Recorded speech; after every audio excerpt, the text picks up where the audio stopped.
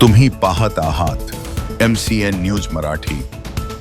अमरावती जिल्ह्यात उघडकीस आलेल्या तब्बल 2,40,48,072 रुपयांच्या धान्य गैरव्यवहार प्रकरणाचे पडसाद आता मूर्तिजापूर तालुक्यातही उमटू लागले आहेत। या प्रकरणात निलंबित करण्यात आलेल्या तत्कालीन निरीक्षण अधिकारी चैताली अजय यादव यांच्या कार्यकाळातील व्यवहारांची पडताळणी करण्यासाठी तपास यंत्रणा सक्रिय झाल्याची चर्चा असून तपास पथकाने मूर्तिजापूर विभागातील सार्वजनिक वितरण व्यवस्थेच्या कामकाजावर लक्ष केंद्रित केल्याचे समजते।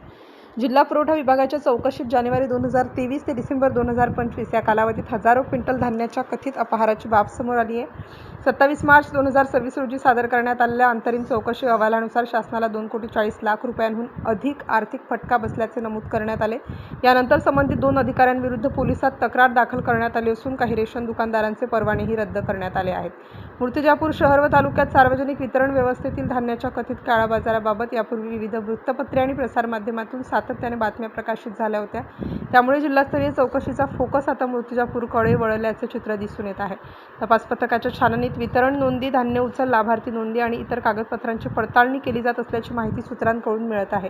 चौकशीचा फास अधिक घट्ट होत असताना अनेक व्यवहारांची तपासणी सुरू असल्याने अंतिम अहवालात आणखी धक्कादायक बाबी समोर येण्याची शक्यता व्यक्त केली जात आहे। त्यामुळे अनेकांचे धाबे दणाणल्याची चर्चा नागरिकांमध्ये रंगत आहे। MCN न्यूज मराठीकरिता धनराज सपकाळ, मूर्तिजापूर।